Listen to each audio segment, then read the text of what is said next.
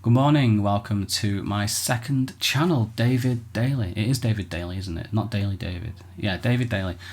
I'm still debating on the name of the channel, but I want it to sort of reflect what the channel is about, which is me being a lot more sort of natural. That's what the content's going to be, a lot more relaxed, laid back. Still got value in it, I hope.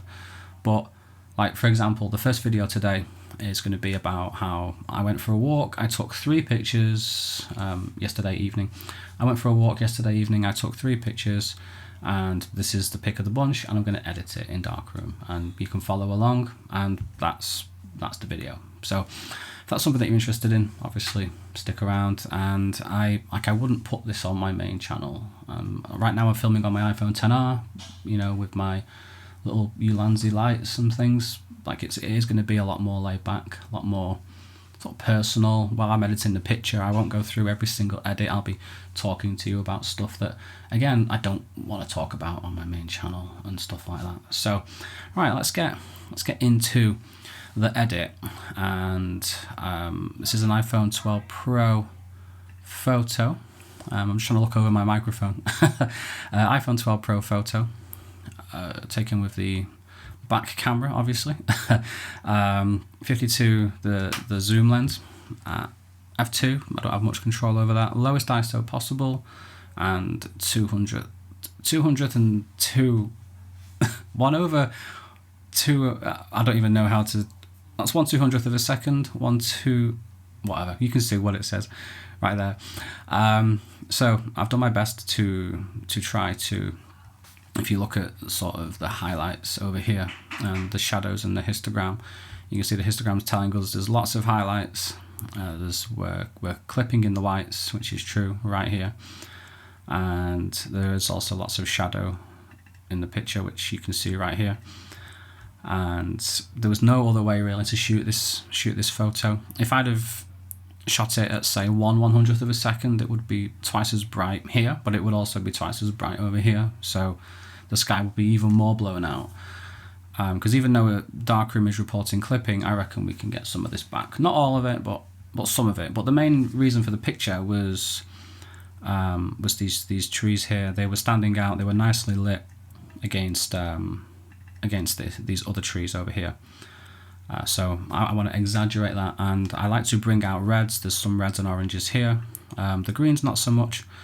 The greens look almost like the inside of a feather pillow here. Just looks like fresh cut grass. Looks quite nice. So let's get on with it. And my first job, I reckon, is to see what I can do about this sky in the background. Look, you can see we're not going to get all of it back. So I'm not even going to try. I don't need every single picture to be like perfect HDR, like, if you know what I mean. So let's see how it's going to be. So yeah, you have to be careful with the highlights in Darkroom. I'm still not 100% sure how they work and how they differ to other editing apps, but you do have to get used to them, especially if you are coming from like a Lightroom. They do work differently, but I prefer, and I have for a good few months now, since like November-ish, like when I've really embraced Darkroom, I do prefer how the edits look in Darkroom, because in Adobe you can just go highlights down 100%, shadows up 100%, edit is complete, you know, type of thing. It's too easy. I found it sounds daft, but it was getting too easy to just, I was doing the same thing every single photo. But in Darkroom I do find it a lot more challenging. I do find I have to think about my exposure more, because if I don't, then like I'm not going to be able to edit the photo. Whereas in Adobe it's very, very forgiving, which better for beginners, I think. Okay, so far I brought up the shadows a bit, brought the highlights down a bit, and that's what we've done. Whites and blacks, maybe we can. Ooh, hello. Add a bit more contrast to that foreground there, bring the blacks down a little tiny bit. I may bring those up again a bit later. I do want to increase the overall saturation and the sharpness and things in the vignette. I'll do that last, I think. Right now, I think temperature and that, they look okay. So let's move on to the curves panel. So I'm going through a phase at the moment of wanting to fade my shadows, but I don't want to fade them too much here. Like 3% is good. It's a happy little number, 3%. That's a Bob Ross reference there. Yeah, but I do want to talk about something else while I'm editing this photo and bringing the shadows up. I think just to see more of this foreground in the shadows, and that is how people seem to treat people with cameras differently. For example, I've been approached recently by members of the public, security guards, landowners, property owners, and it always goes the same way. And I got very upset recently at a security guard because of this, because he was the latest one, and I was just at the end of my tether, if you like, I was just not happy to be accosted in this way. So basically, think of how you would approach someone on the street. If you go up to them, you say, "Excuse me," we're complete strangers, right? "Excuse me, my name's David. So sorry to bother you." You might put your hands up to say, "I'm not a threat," you know? "Yeah, excuse me, my name's David. Sorry to bother you. I was just wondering if..." And then you would go into your whatever you had to say, right? But no, put a camera in that person's hand and all that seems to go out the window. Because it's just, instead of that, you get, "What are you doing?" And that's it. Just, "What are you doing?" There's no, there never seems to be a, "Hi mate, good morning, how you doing?" No handshake, nothing, no sort of introduction. It's just straight into, "What are you doing?" And I got very upset when someone asked me this recently, a security guard. I was filming in front of his property that he was keeping secure. I'm sure he was doing a fantastic job. But I was in front of his property filming. I wasn't filming his property. So none of his business. And he comes up, "What are you doing?"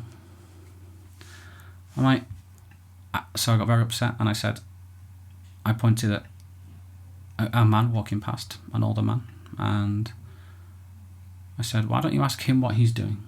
Why are you asking me? What is it any business of yours? Just because I'm filming, like, you know?" And I was, I just wasn't having it anymore. I was just sick of these people just feeling entitled. Like, I don't know, are they bored? Like, I don't even want to try and understand the mentality. It's the same sort of mentality. I don't know if people, does it make them feel famous because I have a camera? Like, you know, do they want the 15 minutes? Like, could this be the potential for a viral situation? Like, I don't know what is in their head. Instead, you could have just come up to me and said, "Hi mate, I'm so sorry to bother you. I can see that you're filming. You know, sorry to interrupt. Just letting you know, my name's John or whatever. I'm the head security of this building. Don't mind you filming here, but..." or whatever, you know, just something like that. Not just, "What are you doing?" Because I don't feel like I am very... Let's talk about the edit for a second, then I'll carry on. So I think I'm bringing the saturation up on these little trees here. Little red trees, contrast against the green, I reckon. And I do want to... You can see the luminance. The luminance is very useful. It's an underrated slider, I think. If you bring it down, it just makes them look black and dead, and like they've been burned in a fire or something. And then you have the burned forest, and now here just makes them look lively and vibrant. So yeah, luminance. Do not underestimate the luminance. Top tip, especially when you're trying to create contrast in an area. Let's move on to the oranges. Apparently there's lots of oranges in this scene, but I'll get back to my little story. So yeah, and that seems to be like how it goes every time. It's like they ask what you're doing because they feel entitled to an explanation. If they didn't, or they feel like they have the authority to demand an explanation, or they feel like you owe them an explanation. If they didn't feel like that, why would they ask you in that way? And I think that makes sense. But it's like it's the same sort of attitude as people who beep their horns when they drive past you when you're filming. It's like, what are you trying to achieve with that? What's the goal? Like, you're trying to interrupt me, right? Which 9 times out of 10 doesn't inconvenience me, because one, I'm not stupid enough to film by a busy road when idiots like you, because I know idiots like you are going to be driving past. So 9 times out of 10 it is B-roll, where it's going to be the ambient noise is going to be cut out anyway. So your horn means nothing to me, it doesn't affect me.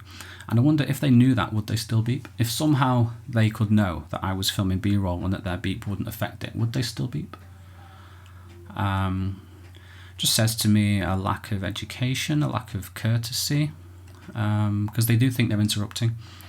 A lack of, I don't know, it's like a very animalistic tendency, because you don't leave the house and specifically trying to find someone to beep at who's filming, do you? It's a reactive thing. You're reacting to someone filming.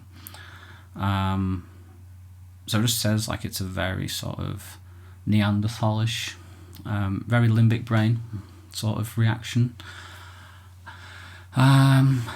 So yeah, like I wonder how they would feel. These are the same sort of person. These are the same sort of people who would be extremely upset if you interrupted them while they were at work. Imagine going into whatever they do. I don't want to name a profession, but do you know what I mean? So, but this isn't the only.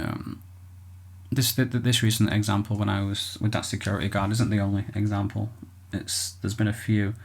I was on a public footpath, and I was filming a field, and there's no sign to say what this field is. There's horses in the field. Someone must own the horses, right? But it's like 7:30 in the morning. The sun is rising. In fact, it was for my halide tutorial. I was filming for my halide tutorial. You can see the field I'm talking about when I reveal halide for the first time, and so it's 7:30 in the morning when I know no one's going to be around, you know, because I'm not trying to interrupt anyone or get in anyone's way. That's the last thing that I want to do. And the guy approaches me, and I greet him, "Good morning," as I do with everyone when I'm out walking. "Good morning. What are you doing?" "Again, what are you doing?" I wasn't so upset then. This would have been when I was filming my halide tutorial. So was that? I don't know when that was. I can't remember, but it was a good few months ago. And I was just like, nothing. I'm just standing here. You know, clearly wasn't. I was filming the field, and I had my DSLR on filming me at the same time. Clearly not just stood here. And he's like, "What are you doing?" I'm like, "I'm just standing here." Because it's none of your damn business, is it? What I'm doing here. Again, why don't you ask? Why don't you pull that driver over there? Where are you going? You know. And then I think he kind of twigged that he was a bit out of order. So then he kind of changed his tune, and then he sort of took a step back, put his hands up, you know, and he went, "I'm John, this is my field, those are my horses, and I have had problems in the past of people coming, taking pictures of the horses, then they show the pictures to some people, and they I want that one, and then they come and steal the horses, you know. So I'm just wondering what you're doing." Dude, that is not a problem. That is absolutely fine. Like, my name is David. Here's my YouTube channel. I'm filming for my YouTube channel. If you don't want me to film your field, not a problem. I won't film the field. I'll delete the footage right now. I'll show you the footage I've been getting. Your horses aren't even in it. like, not a problem. I don't care. You know, it's like, can you see how, like, actions and reactions, things like that, I just wish people would sort of have a bit more, I don't know, courtesy towards each other. And so that's my story for today. My edit is coming to a close. I think it looks pretty good. That vignette might be taken away a bit too much. So yeah, you could be following along the edit while you're listening to me, obviously. But like, what are your thoughts on this? Do you have any sort of thoughts on this? Have you had this experience before? So yeah, I think I'll leave my edit there. I am happy with it. This is the before, this is the after. I think I'll create a preset for that one. So create new filter. This is Worsley. I've got like 4 Worsley presets, as you can see already. I think I will call this one imaginatively. I'll call it a Worsley Woods Sunset, because that's what it is. Create. Cool. So now I can use that again in the future. Alright, so I'll wrap it up there. I hope you've enjoyed this video. I hope you've learned something maybe in about editing, about Darkroom, and yeah, what are your thoughts on sort of how people with cameras get treated, and just like, why do you think people approach people who are filming like with such, like, let's call it what it is, like hostility, like, and why don't they approach other people like that? You know, I don't know. If you're a psychologist, maybe you can let me know. But right, I'll see you in the next one tomorrow.